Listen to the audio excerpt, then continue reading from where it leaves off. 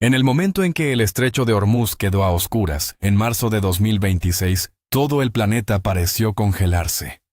Los mercados petroleros explotaron casi instantáneamente, los precios se dispararon más allá de los $100 por barril, mientras los gobiernos se apresuraban a entrar en modo de emergencia. En todos los continentes los funcionarios se apresuraron a puertas cerradas, advirtiendo sobre la escasez, el aumento de los costos del transporte y el posible racionamiento de combustible. En un país tras otro, la gente vio cómo los precios subían de la noche a la mañana, y se preguntaba qué tan mal estaban a punto de ponerse las cosas. Pero luego estaba China. Que no cunda el pánico en la televisión. No hay colas interminables en las gasolineras. No hay anuncios de emergencia nacional. Las fábricas siguieron funcionando, las ciudades permanecieron iluminadas, y la vida cotidiana apenas parecía alterada. Esa reacción tranquila no fue suerte. Fue el resultado de una estrategia construida pacientemente, en las sombras durante décadas, una estrategia tan cuidadosamente planeada, que gran parte del mundo no se dio cuenta, hasta que finalmente llegó la crisis. Y una vez que se ve cómo se hizo, empieza a parecerse menos a una planificación económica y más a uno de los movimientos geopolíticos más calculados de la era moderna. Para entender por qué China trató la crisis de Hormuz de manera diferente a casi todos los demás, hay que retroceder hasta principios de la década de 1990, mucho antes de que la mayoría de la gente siquiera imaginara que China se convertiría en una superpotencia industrial. En 1991, mientras gran parte del mundo observaba cómo se desarrollaba la Guerra del Golfo como un espectáculo militar distante, los funcionarios dentro de Beijing vieron algo mucho más inquietante, escondido debajo de los titulares. Los buques de guerra estadounidenses dominaron el Golfo Pérsico. Los ataques aéreos llenaron las pantallas de televisión. Las rutas marítimas estaban efectivamente bajo la protección y control de la Armada de los Estados Unidos.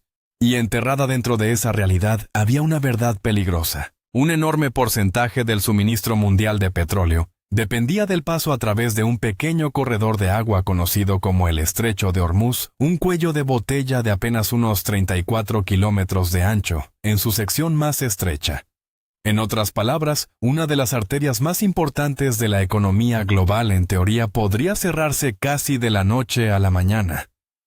Para los planificadores chinos, esa comprensión fue como una sirena de advertencia, porque si otra potencia controla la ruta por la que viaja tu energía, entonces parte de tu supervivencia económica ya no está totalmente en tus propias manos. Casi exactamente al mismo tiempo, China cruzó un umbral invisible, que lo cambió todo. Durante años el país había producido suficiente petróleo a nivel interno para sustentarse. Pero en 1991 la balanza se invirtió.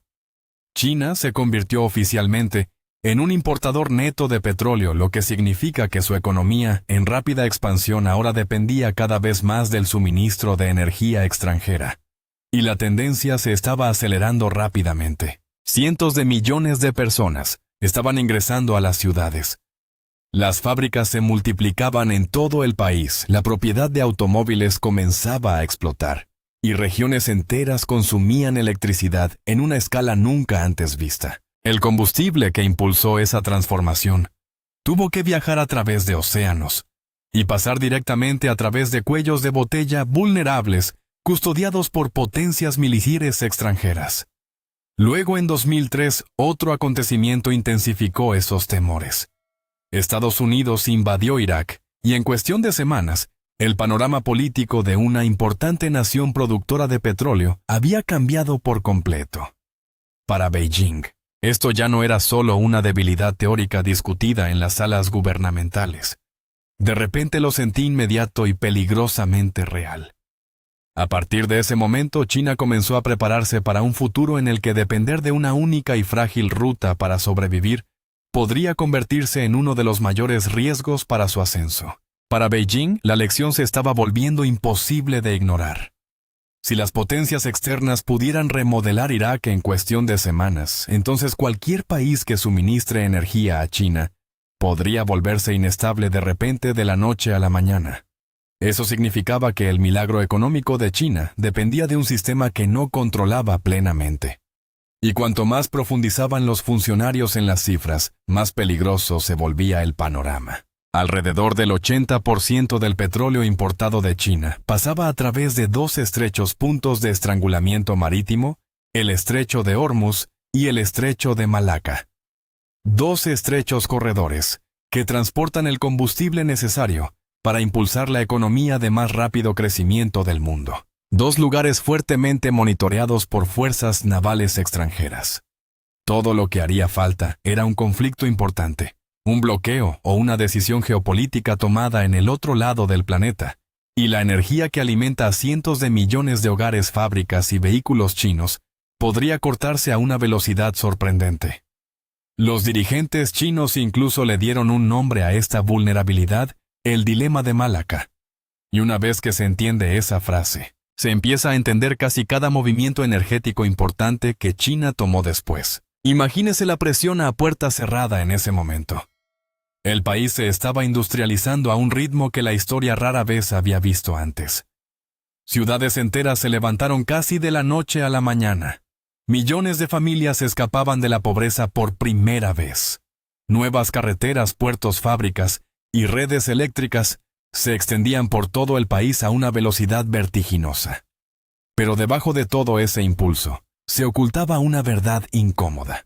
El combustible que mantenía viva esta transformación dependía de rutas marítimas que China no podía dominar, ni defender plenamente. Esa comprensión lo cambió todo. Beijing dejó de pensar en el corto plazo. Ya no se trataba de arreglos temporales o discursos políticos. Se convirtió en una estrategia de supervivencia a largo plazo. El objetivo era simple pero enorme: nunca permitir que una sola vía fluvial se convierta en un punto de presión capaz de asfixiar a toda la economía china. Y lo que ocurrió después fue notablemente silencioso. Mientras gran parte del mundo se centraba en las guerras, las elecciones y las crisis financieras, China comenzó a construir rutas de escape escondidas y lejos de los focos de atención. La primera ruta no pasaba por Oriente Medio ni por el mar de China Meridional. Se extendía hacia el norte, hacia el helado vacío de Siberia. Debajo de los bosques remotos y el terreno helado de Rusia se encontraban algunas de las reservas de energía más grandes de la Tierra, recursos tan vastos que podrían alimentar economías enteras durante décadas. Los planificadores chinos vieron algo que otros pasaron por alto. Si el petróleo y el gas rusos pudieran conectarse directamente con China por tierra, toda la ecuación cambiaría. No hay rutas marítimas vulnerables. Ninguna flota de petroleros pasó por estrechos. Ninguna marina extranjera se interpone entre la oferta y la demanda. Esa idea finalmente se convirtió en el oleoducto ESPO, una enorme red terrestre que transporta petróleo ruso miles de kilómetros directamente al noreste de China. Desde el momento en que aparecieron silenciosamente los primeros acuerdos, a mediados de la década de 2000, Beijing ya estaba jugando un juego mucho más largo de lo que la mayoría de la gente pensaba. El petróleo comenzó a fluir en 2011. Luego el sistema se expandió una y otra vez durante la década siguiente. El gas natural siguió el gasoducto Power of Siberia en 2019, alimentando a las industrias chinas y calentando ciudades enteras sin tocar el agua abierta ni una sola vez. Luego llegó 2022, cuando las sanciones occidentales golpearon a Rusia después de la guerra de Ucrania a Europa. De repente se apresuró a buscar energía de reemplazo a un costo enorme. Pero para China la situación creó algo completamente distinto: un proveedor vecino con enormes recursos, compradores limitados y oleoductos que ya apuntaban hacia el este. Cuando las sanciones occidentales golpearon a Rusia después de la guerra de Ucrania, uno de los mayores exportadores de energía del mundo, de repente se quedó sin clientes. Europa se estaba alejando, los mercados globales eran inestables, y Moscú necesitaba urgentemente compradores capaces de absorber enormes volúmenes de petróleo y gas. Pero mientras otros países se apresuraban a reaccionar, China ya había pasado años preparándose exactamente para este tipo de momento. Los oleoductos estaban operativos. Los sistemas de transporte ya estaban integrados. Los contratos y las estructuras de pago ya estaban vigentes mucho antes de que la crisis apareciera en los titulares mundiales. Y como las opciones de Rusia se habían reducido drásticamente, Beijing inició las negociaciones desde una posición que muy pocas naciones logran en geopolítica: paciencia combinada con influencia. China consiguió mayores flujos de energía a precios favorables, e incluso amplió el uso del yuan chino en las transacciones, reduciendo silenciosamente al mismo tiempo la dependencia del dólar estadounidense. En 2024, Rusia se había convertido en el mayor proveedor de petróleo crudo de China, enviando millones de barriles cada día a través de rutas terrestres que ningún bloqueo naval podía bloquear de manera realista. Pero Beijing nunca tuvo la intención de confiar en un solo camino alternativo. Toda la estrategia se basó en la redundancia. Si una puerta se cerraba a otra, tenía que permanecer abierta. Esa segunda ruta surgió muy al sur, en un lugar que apenas figuraba en el radar mundial 2 décadas antes. En la costa suroeste de Pakistán se encuentra Gwadar, un pueblo pesquero que alguna vez fue desconocido frente al mar Arábigo. Durante años fue poco más que una franja costera olvidada. Hoy se encuentra en el centro de uno de los proyectos de infraestructura más ambiciosos de la geopolítica moderna. La lógica detrás de Gwadar era casi engañosamente simple. En lugar de obligar a todos los petroleros a atravesar el estrecho de Hormuz y seguir a través de las vulnerables rutas marítimas asiáticas, China podría descargar petróleo cerca de la desembocadura del propio Golfo Pérsico antes de que los barcos entraran en los cuellos de botella más peligrosos. Desde allí la energía podría moverse hacia el norte a través de Pakistán, a través de carreteras, sistemas ferroviarios y eventualmente oleoductos que cruzarían las escarpadas montañas de la cordillera del Karakoram directamente hacia el oeste de China. En 2013, Beijing lanzó el corredor económico China-Pakistán, invirtiendo más de $60,000 millones en carreteras centrales eléctricas, zonas industriales, redes de comunicación y el enorme puerto de aguas profundas de Gwadar. China no se acercó al puerto como si fuera una empresa comercial a corto plazo. Una empresa estatal china obtuvo un contrato de arrendamiento por 40 años, un horizonte temporal que se extiende mucho más allá de los ciclos electorales, las tendencias políticas o las fluctuaciones temporales del mercado. Ese detalle por sí solo revela cómo piensa Beijing. Nunca se trató de obtener ganancias rápidas. Se trataba de transformar la geografía en estrategia. Los críticos pasaron años burlándose de Gwadar por considerarlo sobrevalorado e infrautilizado. Los retrasos en la construcción, la inestabilidad regional y las tensiones políticas dentro de Pakistán ralentizaron considerablemente algunas partes del proyecto. Sobre el papel, algunas previsiones parecían mucho más impresionantes que las cifras reales de rendimiento. Pero muchos observadores pasaron por alto por completo el punto más profundo. La infraestructura estratégica no se juzga solo por el tráfico diario en tiempos normales. Su verdadero valor aparece durante la disrupción. Cada camión cisterna descargado fuera de los puntos de estrangulamiento en disputa cambia la ecuación. Cada carretera, línea ferroviaria y futuro oleoducto que se dirige al norte crea una capa más de aislamiento contra la presión extranjera. Y mientras el mundo discutía sobre si Gwadar era lo suficientemente rentable, China siguió construyendo algo aún más importante bajo la superficie. Enormes reservas subterráneas de petróleo escondidas dentro de cavernas de roca reforzada a lo largo de la costa china. No parques de tanques expuestos visibles desde los satélites, sino enormes sistemas de almacenamiento sellados, excavados profundamente en la tierra misma. La construcción comenzó silenciosamente a mediados de la década de 2000 y se expandió año tras año en varias provincias. A principios de la década de 2020, las estimaciones sugerían que las reservas estratégicas y comerciales combinadas de China podrían haberse acercado a los 1.300 millones de barriles de petróleo, superando potencialmente con creces la escala del famoso sistema de reservas de Estados Unidos. Ese número cambia por completo la psicología de una crisis, porque cuando las cadenas de suministro globales se fracturan y el pánico se extiende por los mercados, el país que primero se queda sin reservas pierde apalancamiento. El país capaz de esperar tranquilamente durante semanas, o incluso meses de perturbaciones, gana algo mucho más poderoso que el petróleo mismo tiempo. Y China pasó décadas asegurándose de tener suficiente dinero. Sin embargo, la parte más fascinante de toda esta historia estuvo oculta a plena vista todo el tiempo.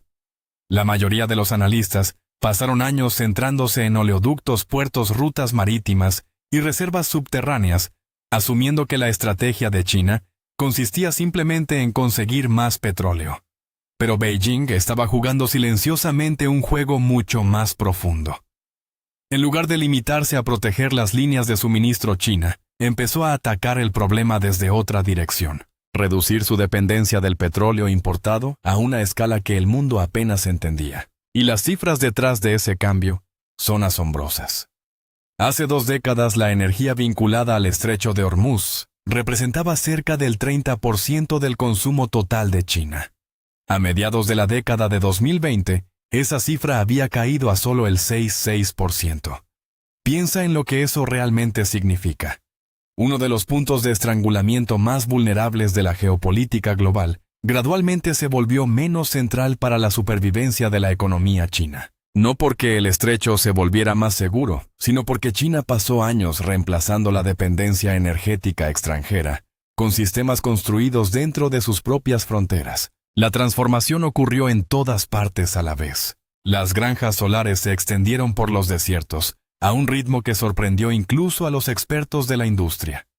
Solo en un año reciente, China instaló más capacidad solar que la que Estados Unidos había acumulado a lo largo de toda su historia de desarrollo solar. No crecimiento versus crecimiento, un año versus décadas. Luego vinieron los proyectos eólicos que se extendieron por Mongolia Interior, Xinjiang y Gansu, donde turbinas gigantes ahora dominan paisajes que antes no producían casi nada excepto polvo y silencio. La energía nuclear también se aceleró, y China construyó reactores más rápido que casi cualquier nación desde las olas de expansión industrial del siglo XX. Al mismo tiempo, miles de kilómetros de trenes eléctricos de alta velocidad comenzaron a reemplazar los vuelos nacionales de corta distancia, transportando a millones de pasajeros cada día, sin depender del combustible para aviones importado. Y quizás la señal más clara de cuán rápido estaba cambiando el país provino de los propios consumidores comunes y corrientes. Para 2024, más de la mitad de todos los vehículos nuevos vendidos en China serán eléctricos o híbridos. Mientras políticos y ejecutivos de otros lugares discutían interminablemente sobre si la adopción de vehículos eléctricos era práctica, las calles chinas ya se estaban llenando de ellos. Cada coche eléctrico redujo la demanda de gasolina. Cada panel solar reduce aún más la dependencia energética importada. Cada turbina que giraba en el desierto debilitaba el poder de puntos de estrangulamiento distantes a miles de kilómetros de distancia. Durante años, los críticos fuera de China descartaron gran parte de esta expansión como una construcción excesiva e imprudente. Vieron subsidios excesivos, demasiadas fábricas, demasiados paneles, demasiada infraestructura creciendo demasiado rápido. Pero lo que muchos de ellos no entendieron fue que China no estaba optimizando solo las ganancias trimestrales o la eficiencia a corto plazo. Estaba generando resiliencia. Luego, llegó marzo de 2026 y de repente toda la estrategia se enfocó. El estrecho de Hormuz se cerró y en cuestión de horas, los mercados petroleros estallaron en el caos. Los precios superaron los $100 por barril y luego siguieron subiendo. Los camiones cisternas se congelaron en su lugar. Las empresas de seguro se alejaron de la región. Los gobiernos de Asia, Europa y América del Norte se apresuraron a celebrar reuniones de emergencia, a medida que los temores energéticos se extendían por los mercados globales. En Manila los funcionarios declararon una emergencia energética nacional.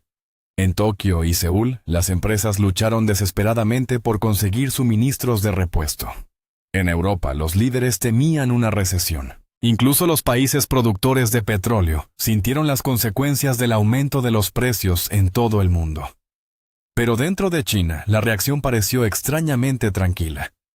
Los trenes seguían en movimiento. Las zonas industriales se mantuvieron activas.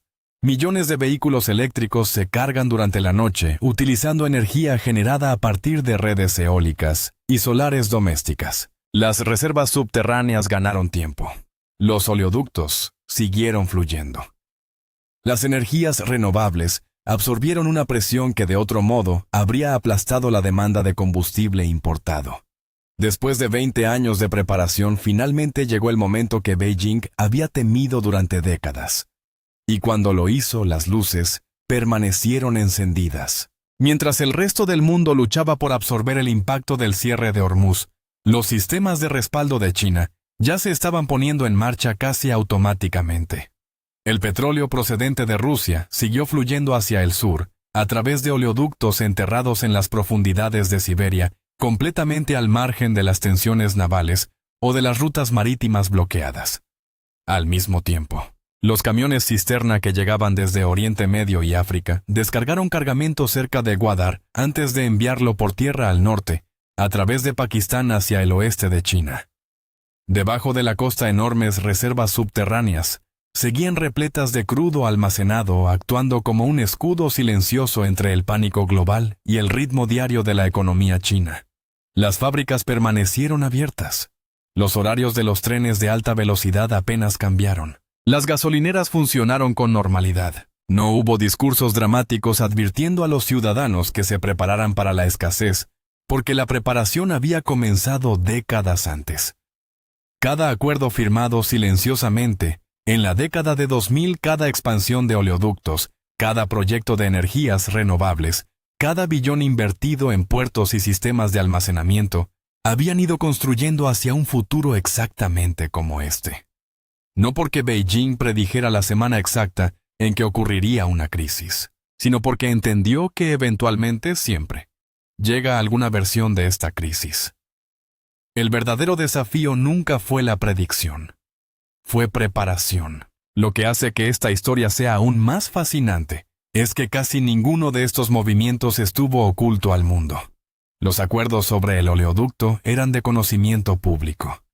El corredor económico China-Pakistán se discutió abiertamente durante años. Los analistas escribieron informes sobre reservas estratégicas de petróleo y objetivos de energía renovable. Cualquiera que prestara atención podría técnicamente ver cómo la arquitectura toma forma pieza por pieza. Pero la mayoría de la gente lo pasó por alto porque la infraestructura rara vez resulta emocionante en tiempo real. Un nuevo puerto no domina los titulares como lo hace un conflicto militar. Una caverna excavada en la roca costera no es el tipo de cosa que explota en las redes sociales. Instalaciones solares, expansión ferroviaria, redes de transmisión, mejoras de refinerías, soldadura de tuberías. Nada de eso crea el tipo de drama instantáneo que la capacidad de atención moderna está entrenada para perseguir. Sin embargo, ese lento y metódico proyecto de construcción cambió silenciosamente el equilibrio de vulnerabilidad entre una de las economías más grandes del mundo y el sistema energético global que la rodea. Si bien muchos gobiernos se centraron en resolver problemas políticos inmediatos dentro de ciclos electorales cortos, China pasó años invirtiendo en proyectos diseñados para dar frutos décadas después. La estrategia no fue llamativa, fue paciente. Y en momentos de crisis real, la paciencia puede convertirse en una forma de poder. Si retrocedemos lo suficiente, esto dejará de ser solo una historia sobre seguridad energética. Se convierte en una historia sobre dos filosofías de liderazgo completamente diferentes. Uno reacciona después de que llega el desastre, luchando por estabilizar los mercados, calmar al público y contener los daños que ya se están extendiendo por el sistema. El otro comienza a prepararse años antes de que la mayoría de la gente reconozca el peligro. Ese segundo enfoque es más lento, más costoso y, a menudo, profundamente impopular, porque la recompensa parece demasiado lejana para medirla políticamente. Los críticos se burlaron durante años de muchos de los proyectos de China por considerarlos excesivos, ineficientes o innecesarios. Pero cuando finalmente llegó la presión, todas esas piezas aparentemente desconectadas de repente se unieron como partes de una máquina diseñada con mucha antelación. Y tal vez esa sea la parte más inquietante de toda la historia. Los cambios más importantes que darán forma al futuro rara vez se anuncian dramáticamente cuando comienzan. Suelen parecer aburridos al principio. Acero siendo soldado. Se vierte hormigón. Líneas de transmisión que se extienden a través de desiertos. Decisiones que parecen anodinas hasta que un día el mundo cambia y todos se dan cuenta de que el juego ya se estaba configurando años antes. Lo que plantea una pregunta mucho más importante. Ahora mismo, en algún momento en el trasfondo de 2026, ¿qué otra estrategia a largo plazo está tomando forma silenciosamente mientras el mundo se distrae con titulares más ruidosos? Porque la historia tiene la costumbre de recompensar a las personas dispuestas a construir, antes de que todos comprendan por qué es importante.